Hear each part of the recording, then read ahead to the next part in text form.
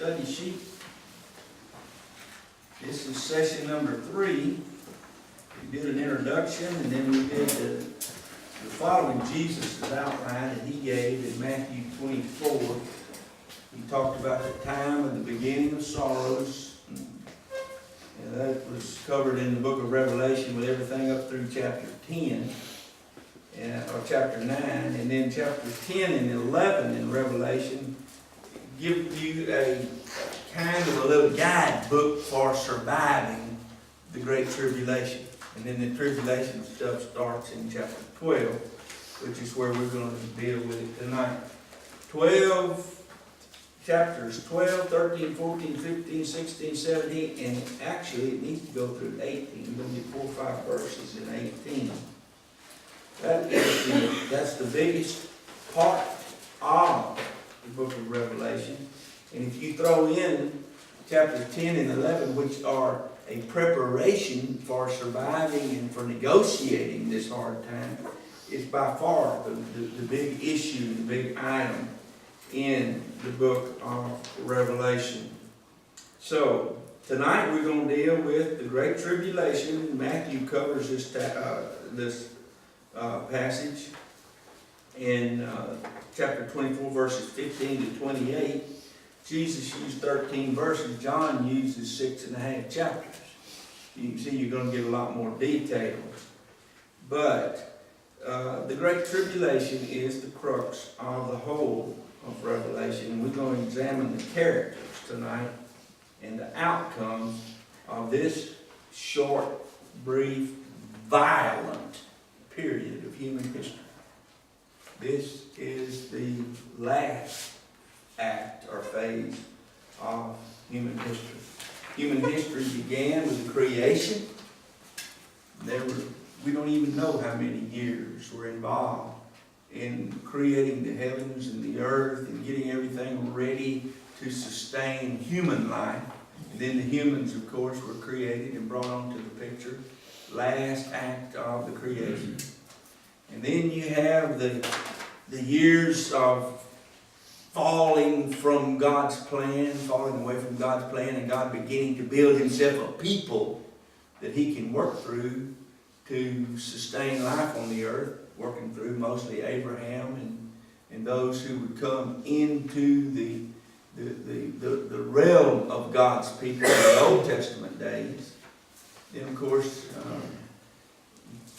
that phase of God's plan merged into the life of Christ, the Messiah, who would come to God's people and who would lead them and guide them into a further, fuller display of God's saving work, saving his creation again. And then Jesus, 30 years on the earth, accomplished a tremendous amount of good and set in motion what we call the church age, which you and I are living in today. And these Jesus called the times of the beginning of sorrows, where there would be the going forth of the gospel. You saw the white horse, you remember last week? It goes forth and penetrates all through the whole world, but against tremendous opposition. You saw the martyrs last week who were killed because of their faithfulness to proclaim God's word to a hostile environment and in a hostile situation. God, all the while, issuing and effecting moments or seasons of judgment against the evils that his people had put up with. We went all through that ad nauseum, everything last week, okay? So we come tonight to the time of the Great Tribulation. Now, I taught this 2 or 3 weeks ago at Pine Grove. My wife said, "Herb, don't ever do that again." She said, "My eyes glazed over 2 or 3 times. I nearly went to sleep and fell out of my chair. Find some better way to present that." So, here comes my better way of trying to present that. I want to just introduce to you, and then I'll stand here and just narrate. And if you want to really get persnickety about it, go home and read chapters 12, 13, 14, 15, 16, 17, and 18 and take copious notes, and you'll know everything I know. I had a seminary teacher that put me in a seminar that lasted for 1 year and made me do that. So, you know, I mean, the stuff is there, but boy, you've got to get down and dig and take careful notes if you're going to remember it all. But here are the 7 great characters of the Great Tribulation.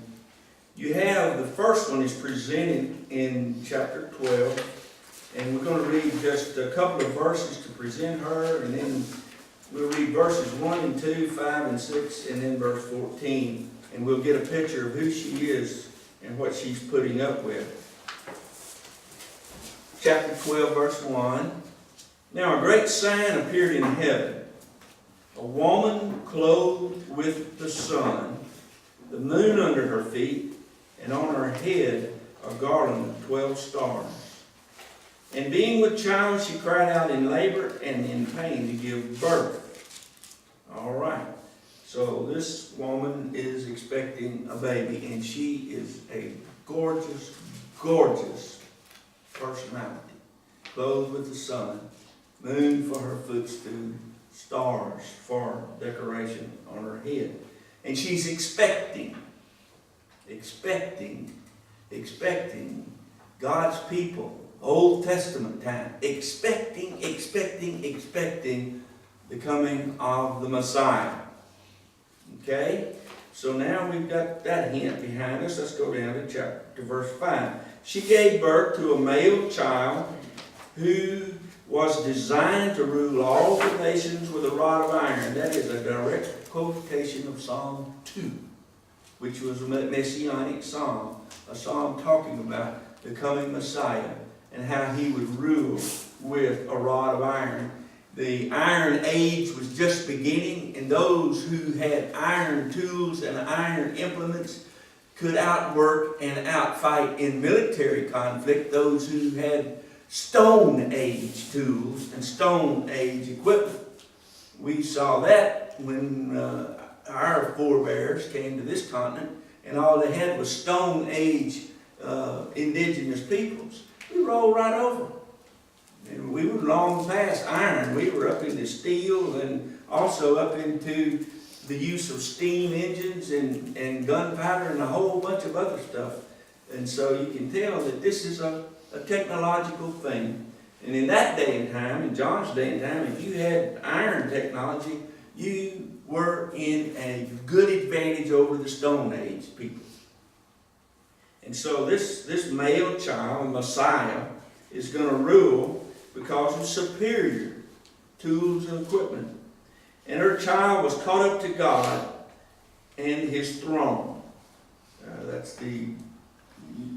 Basically, we're going to read about the dragon in a minute who wants to eat this child when he's born.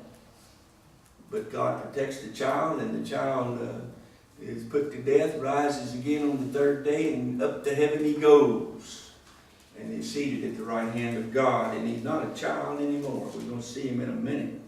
And he's going to be at the head of an army of 144,000 returning to the earth. All right. But you're beginning to get the idea. The woman then fled into the wilderness where she has a place prepared by God, that they should feed her there 1,260 days. How many years is that? 3.5. Yeah. This is the Great Tribulation. This is a signature marker in Revelation. It's called 3.5 years in some places, 1,260 days in others. How many months? 42 months in others. But it always, that is the reference to the Great Tribulation. It's a short period. But boy, is it ever a violent period. So there you have, and go down to verse 14. She's in the wilderness. She's hiding. She's doing the best she can do. Verse 13, the dragon saw that he'd been cast to earth, and he went after the woman who gave birth to the male child. And the woman was given 2 wings of a great eagle, that she might fly into the wilderness to her place, where she's nourished for a time, times and a half a time. There's your 3.5. from the presence of the serpent. This figure of the woman here, clothed with the sun, persecuted by the dragon, harassed and chased, and protected in the wilderness, is John's way of designating the people of God.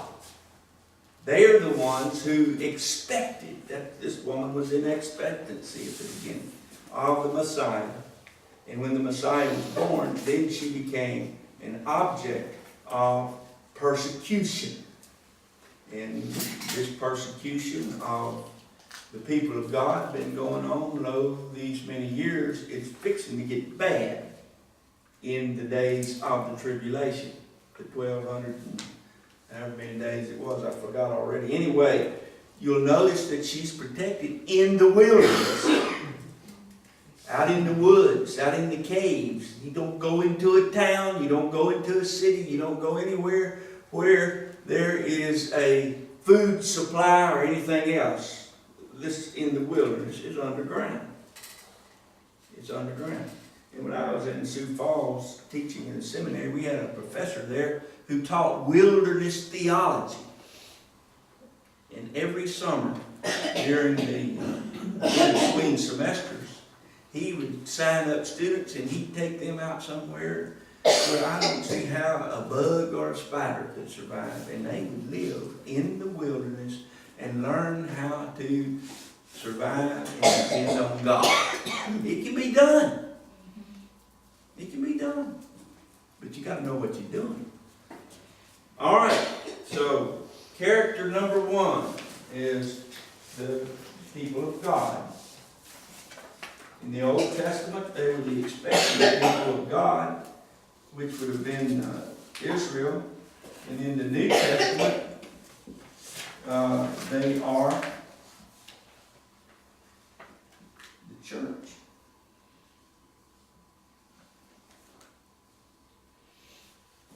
Okay? Character number two is a great red dragon. And this rascal is a menace. Verse 3, another sign appeared in heaven. Behold, a great fiery red dragon, 7 heads, 10 horns, 7 crowns on his head.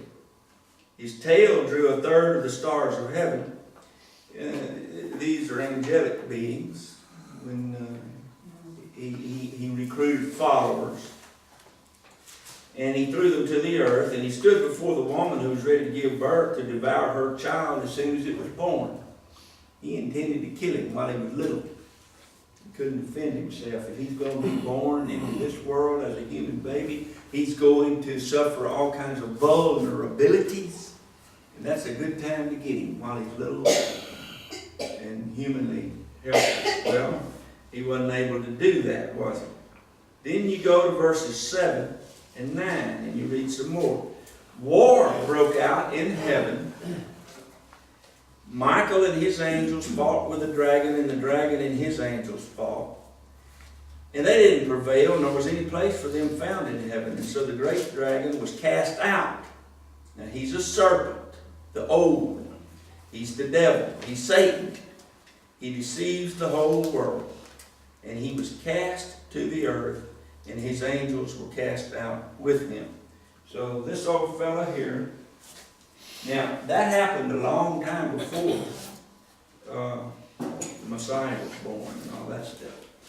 This goes way back. The red dragon, the devil, he's cast out of heaven. Do you remember reading in the book of Job where Satan's going to and fro on the earth, and then they have these council meetings in heaven, and he shows up, and God said, "Did you notice Job, my servant? He is something special." And Lucifer says, "Well, you let me have him, and I'll have him curse you to your face. I can deceive, I can tempt, I can show you his true color. He's no better than a skunk." And God says, "Okay." All right, now, Job is the earliest book of the Old Testament. long before Moses wrote Genesis. Now, sometime between then and the book of Isaiah, which pictures Lucifer as already being cast out, this is what this happened. Cast out of heaven. Somewhere back in the early Old Testament years. Comes down to earth with a third of the angels following him. And he is mad at the people of God. Okay? He hates God and his people.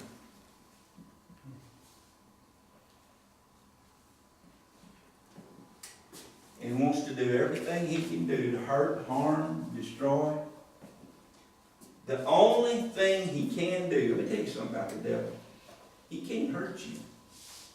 But he can lie to you and fool you and cause you to hurt yourself. He can only lie and deceive. That's his only mode of operation. His goal, of course, the Bible says, is to what? Kill, steal, and destroy. That's his goal, but he can't kill anybody. He's been forbidden that. But now he can put it into some human's head, some human's mind, and that human has freedom of choice that he doesn't have and can kill somebody. So he's got to work through people. That's his mode of operation. And he's got to fool the people before he can work through them. Got to fool. He creates these deceptive scenarios, and he insinuates these into governments, educational institutions, into social mores, social habits. And the first thing you know, he's got 5 or 6 million people doing exactly what he wants them to do. He comes up with a new scenario about every 2 or 3 years. The latest big scenario that I've noticed that he came up with is that there's no difference between men and women. We're all the same. What a stupid lie. If you took pictures of us in our birthday suit, you could tell that we're different.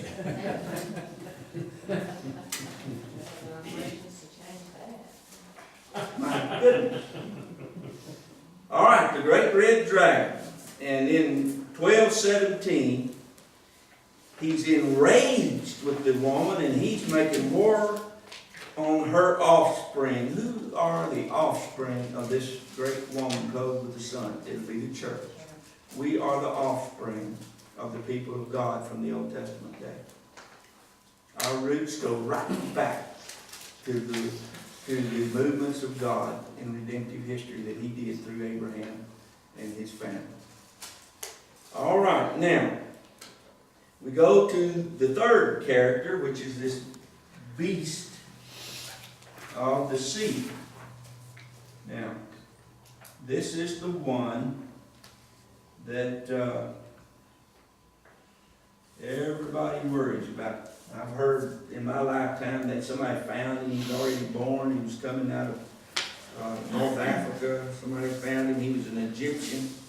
Somebody found him somewhere else. He's a human being, but this is his character more than his personhood.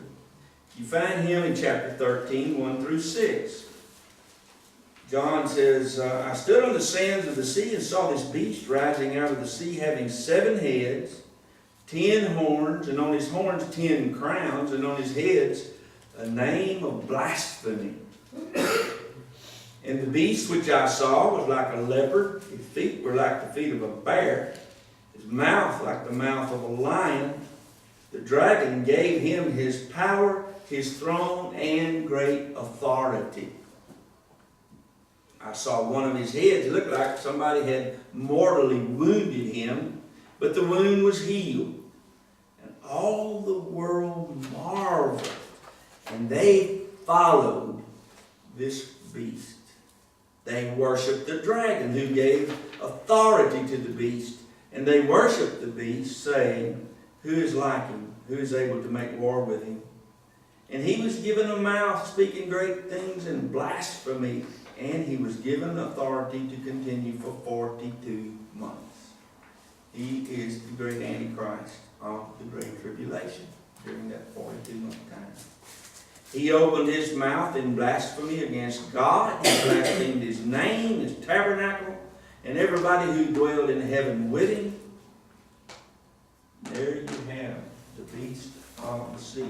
He comes out of the sea because the sea gives him access to the whole world. Used to, I guess, if you could get you a boat and buy you Robert, and get it down to the Red River, and get the Red River down to the Chafalai, and get the Chafalai down to the Gulf, and get the Gulf into the Atlantic, and get the Atlantic in, and you could go eventually all the way around the whole world. You get enough water on you. This guy here has got access through the sea to the whole world. And he is given the extraordinary. I missed this point a while ago on the red dragon. 7 heads, 10 horns, 7 crowns. That dragon that we call the devil is exceptional. You and I have no business taking him on in human strength. We won't last a minute. We do not wrestle against flesh and blood, but against this mighty, mighty principality, the prince of the ruler of the air. And he invests his authority. You saw what it said, into this beast of the sea. This is a human being. And he is invested by the dragon with all the authority, the power, the vicious cleverness, the extraordinary skills and abilities. These are smart people. Smart devil, smart people. They're brilliant. Now, inasmuch as the Bible says the fool is the one who says there's no God, or if there is God, I don't have to obey. They're brilliant fools. But I don't think some a brilliant fool is dangerous. Okay? So this guy here for 42 months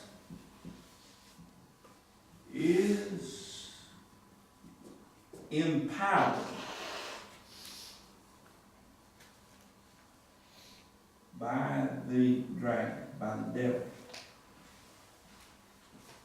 What you're going to have is a government run by the devil that has access to every shoreline in all of the world for 42 months. The beast of the sea. Okay? The use of the word blasphemy occurred in describing this beast 2 or 3 times. Blasphemy is basically it's a Greek word which means to belittle God, to try to whittle God down, to call him ugly names, to whittle him away, to belittle anything, his tabernacle, his personhood, his people, just anything you can say that makes them look little and makes God look little and dinky and not worth anything. That's all you're going to hear from. That's all. Every policy that comes out of this government is going to be designed to make God look small and worthless. Okay? Now, we got a 4th character.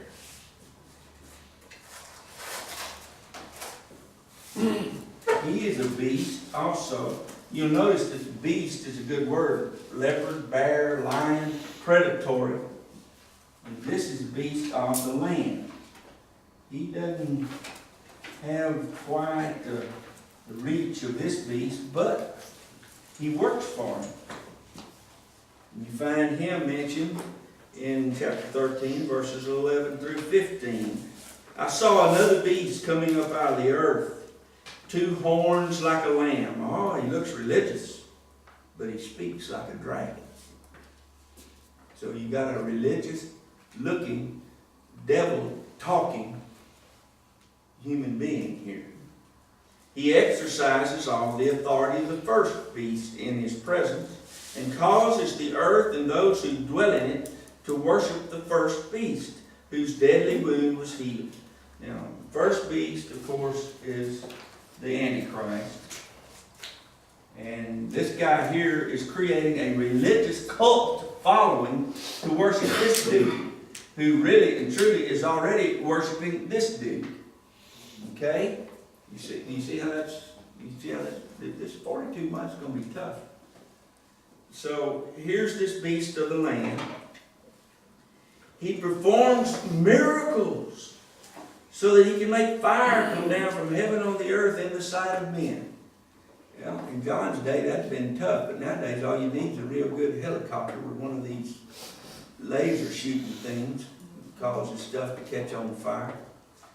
They could do that, you know, in Jesus' day. I had an old math teacher told me the story of how a Egyptian mathematician had learned how to build a magnifying glass and set himself up on a hill. And when the ships would come into the shore to attack Egypt, he would beam his magnifying glass and catch the sun, go through his prism, and he'd shine it on the sails, the canvas sails of the Persian ships, and they'd all catch on fire. Fire coming from heaven, hey. 200-300 years before Jesus' day. And what he was trying to do was get us all to work hard and study math, because it did have practical application. You could set your neighbor on fire if you wanted to. That was the application he made of it. But this guy here makes fire come. He does signs. He does wonders. He deceives the earth dwellers by his signs and miracles. And he tells those who dwell on the earth to make an image to the beast, who was wounded by the sword and who lives. And he was granted power to give breath to that image, and the image of the beast should both speak and cause as many as would not worship the image of the beast to be killed. So we have a policy here of worshiping this joker. Everybody's supposed to have a little image of him hanging around your neck, and he makes it speak. See, John didn't know it, but Google was coming. And this thing's talking to you. And it's a cult. It's a religious cult. And this guy here is the cult leader that creates a false worship system that offsets the worship of God. That's the whole idea. I may be getting ahead of myself, but the beast of the sea made reference to the mortal wound to his head. Okay. And then in verse Mentioned it several times, doesn't it? 12, it said that he worshipped him who had it. What does that signify, the wound? There was a mythology in that day and time that Nero wasn't dead. Everybody wanted him to be dead. But they hated, everybody hated him. Christians hated him, everybody hated him because he went crazy. Nero became emperor of Rome as a teenager. And all of the wine that the emperors drank were stored in lead containers. So after a few years, guess what starts happening in Nero's head? He's losing his morals. And he goes crazy, and he does all kind of idiot things. And he kills people that disagree with him, and everybody's scared of him. And so he gets waylaid, and they do away with him. But they're so scared he's going to come back that this story arises that Nero's not really dead. Nero Redivivus was a much believed, much feared story in the days when John was writing this passage of Scripture. And Nero had been gone. Domitian was the emperor now. But the idea is, here is an evil ruler. God knocked him in the head, and the sucker managed somehow or another to keep living. The spirit of Nero shows up in Domitian. The spirit of Nero shows up in Adolf Hitler. The spirit of Nero, idiotic, anti-God government, keeps showing up over and over and over, even though it's been wounded mortally in the head. Does that make sense? Yes. Yes, it does. There is something about evil rulership that God can knock it in the head and kill it, and 70 years later, here it is again.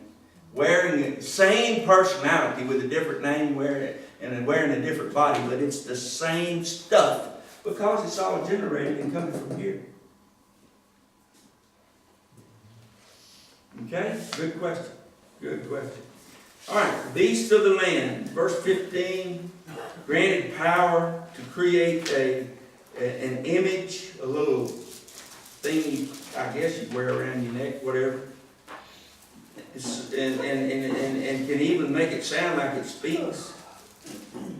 And can create, make it criminal, a capital offense not to worship this thing. Do you see why the followers, the children of the woman, people of God, got to get to the wilderness? I mean, this is getting politically correct.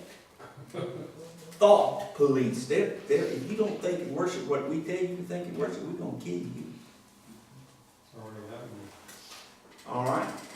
Now, we go to the fifth character and find him in chapter 14. I looked, and behold, a lamb standing on Mount Zion, and with him 144,000, having his Father's name written on their foreheads. And I heard a voice from heaven, like the voice of many waters, and like the voice of loud thunder, and harpists playing their harps. And they were singing a new song before the throne and before the four living creatures and the elders. And no one could learn the song except the 144,000 who were redeemed from the earth. These are the ones who were pure and had never become sexually defiled. They're virgins as far as purity is concerned. They're the ones who follow the Lamb wherever he goes. They were redeemed from among men, first fruits to God and to the Lamb, and in their mouth was found no deceit, and they are seen to be without fault before the throne of God. All right. Red dragon, beast of the sea, beast of the land, but the people of God are not out of business. Now, they are seen here to be following the Lamb. What's the significance of the 144,000? 12,000 from each of the 12 tribes of Israel. 12 square. You got 12 tribes of Israel and 12 apostles of Jesus. 12 times 12.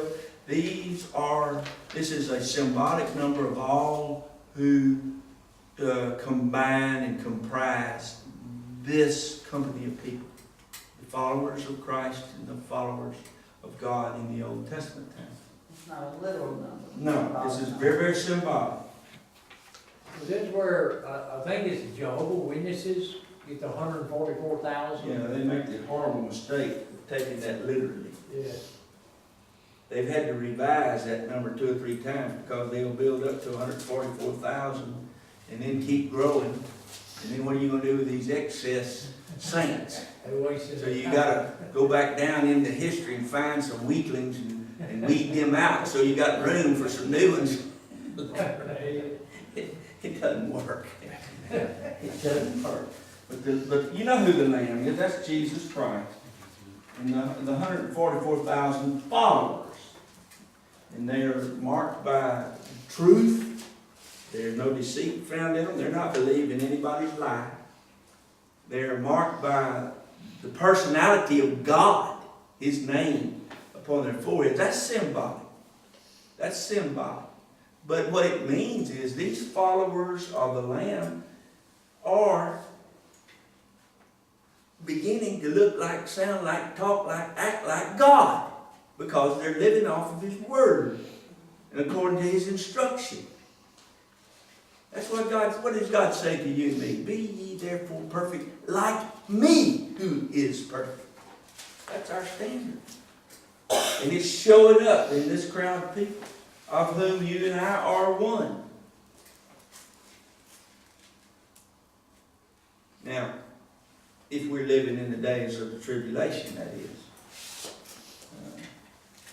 Maybe some of my great-great-grandchildren, I don't know when the tribulation is going to start, but it isn't going to be in another 500 years. It'll be sooner than that.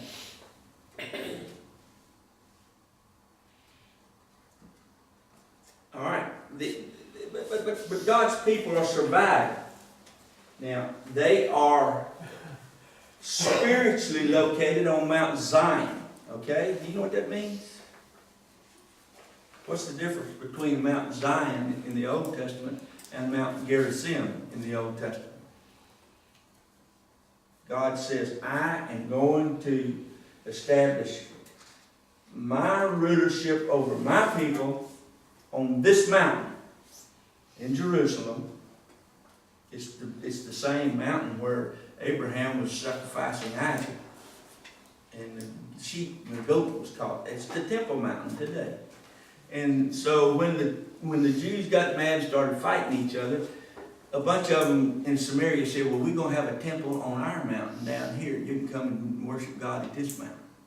And there was a big argument over which mountain. Even the woman who Jesus was talking to at the well, the woman of Samaria, she said, we got a mountain and we got a temple. Why do we need to go to yours? Because God invested himself in the Mount Zion worship system, through whom David came, through whom Jesus Christ would come, through whom the church would be born. And these other religions, Mount Gerizim, Mount Mecca, Mount Salt Lake City, they're not the right mountains.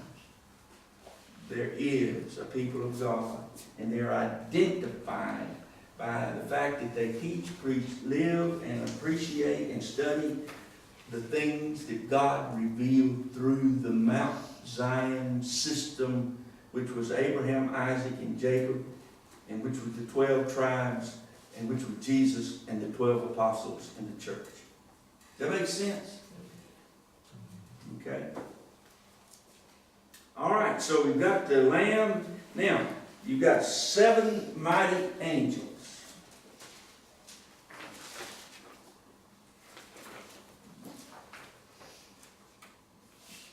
That are pictured. You get a couple of verses in chapter 15. I saw another sign in heaven, great and marvelous, 7 angels having 7 last plagues. For in them the wrath of God comes to completion. And then we go down to verse 6 and verse 7. And out of the temple came the 7 angels, having the 7 plagues, clothed in pure bright linen, having their chests girded with golden bands.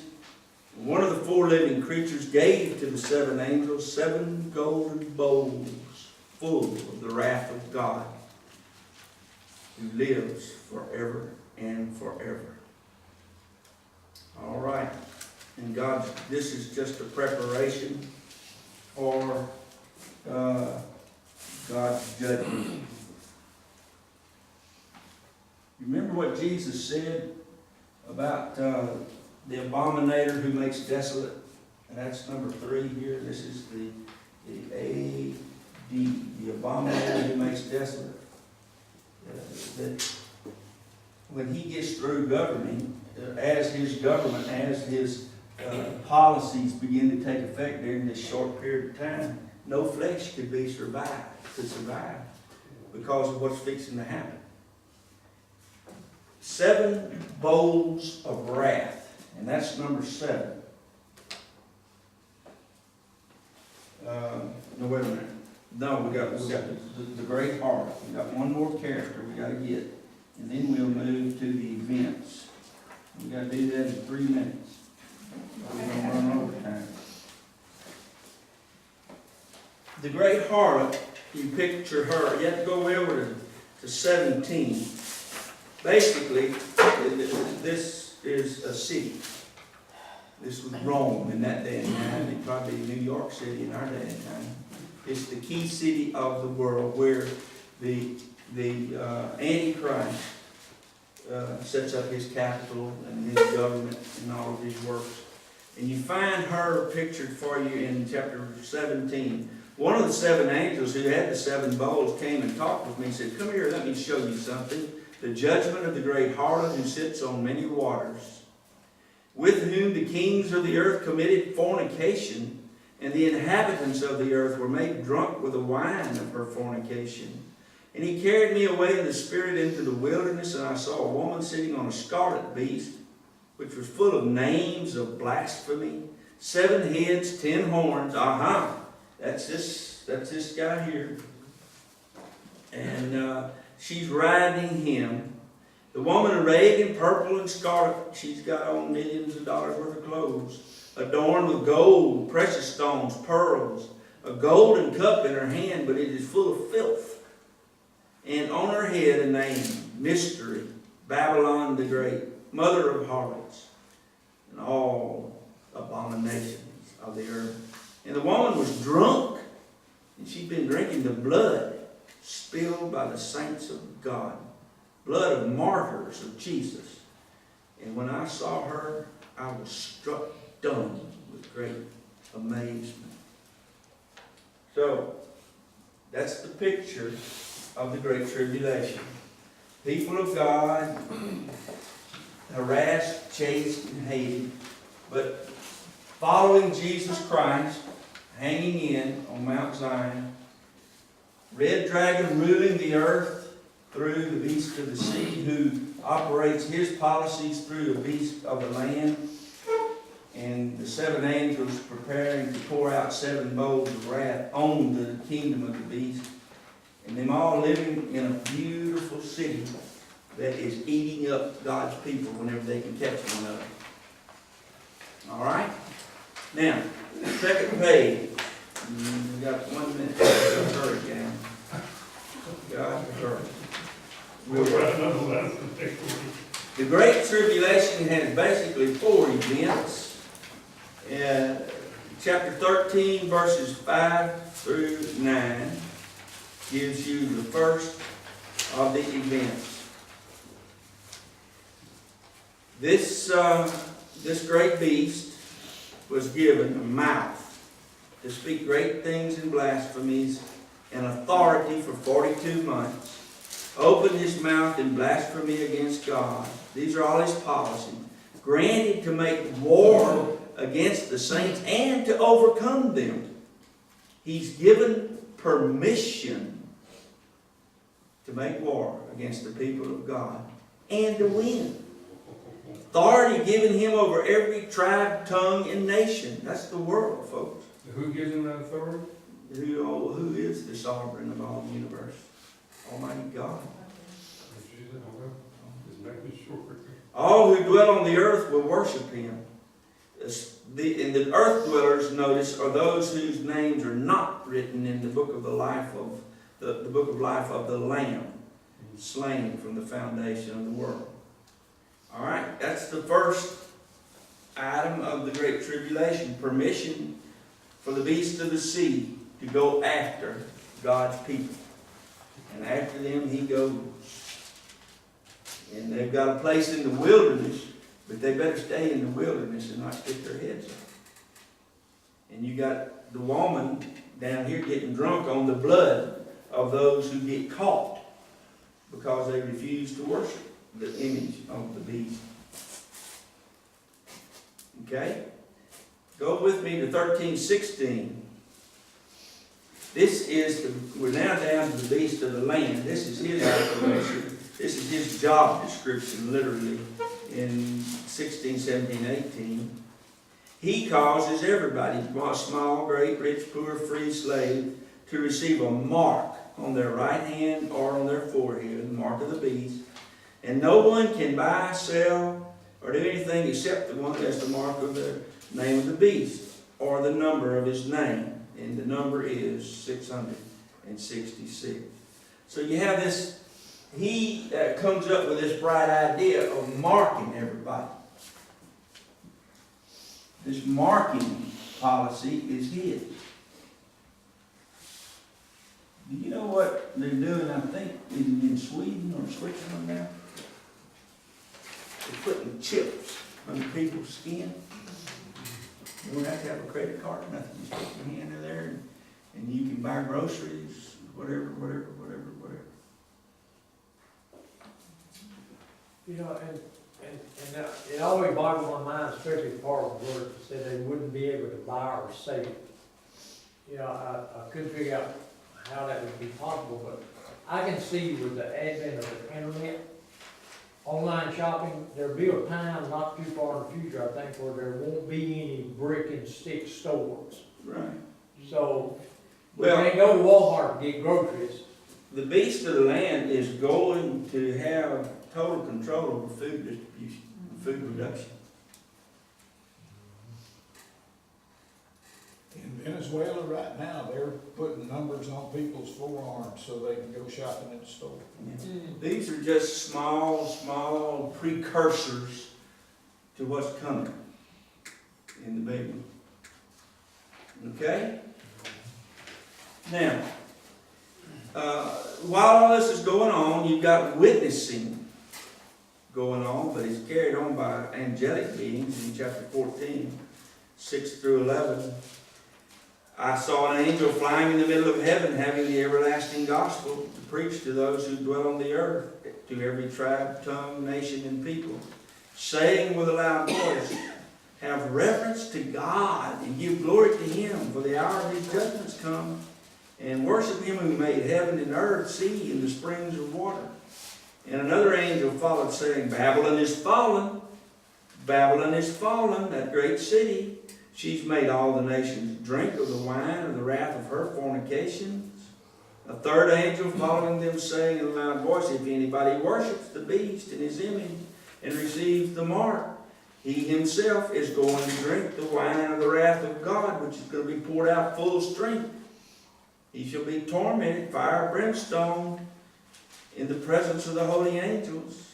And the smoke from their torment is going to arise forever. So you have this witnessing still going on. God doing everything He can do to call out from among the populations of the earth, even as it is governed by this evil troika here. Fear God, reverence Him.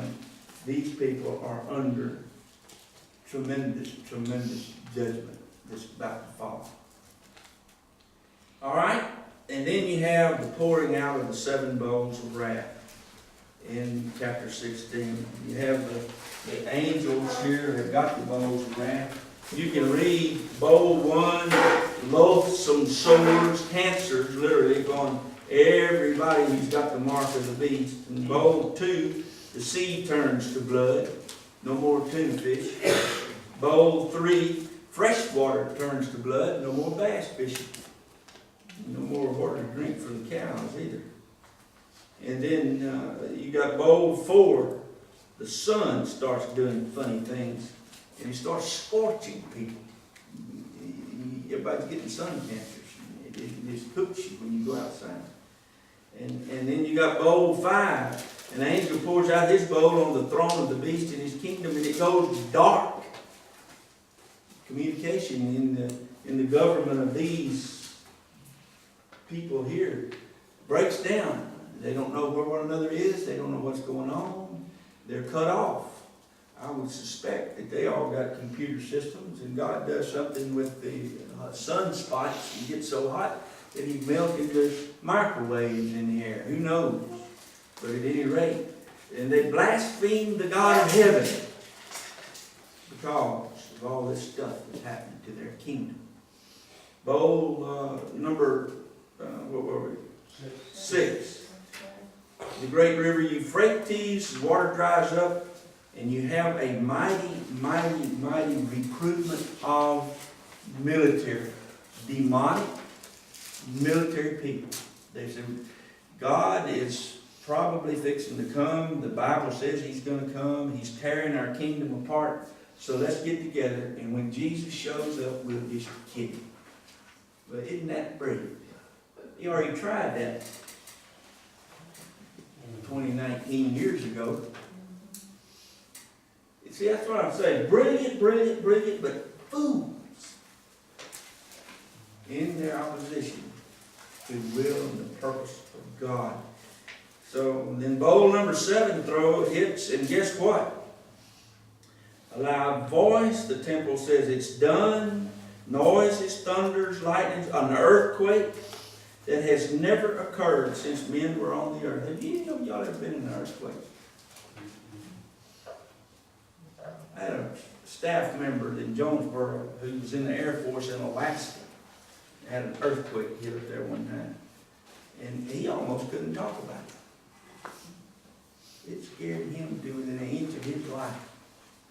And if you got an earthquake that such as never has been since the earth began, you got the earth opening up in 100, 200, 300 foot crevice down there, and stuff just falling into it and disappearing. And then it closes back up. Because the earth crust is doing this.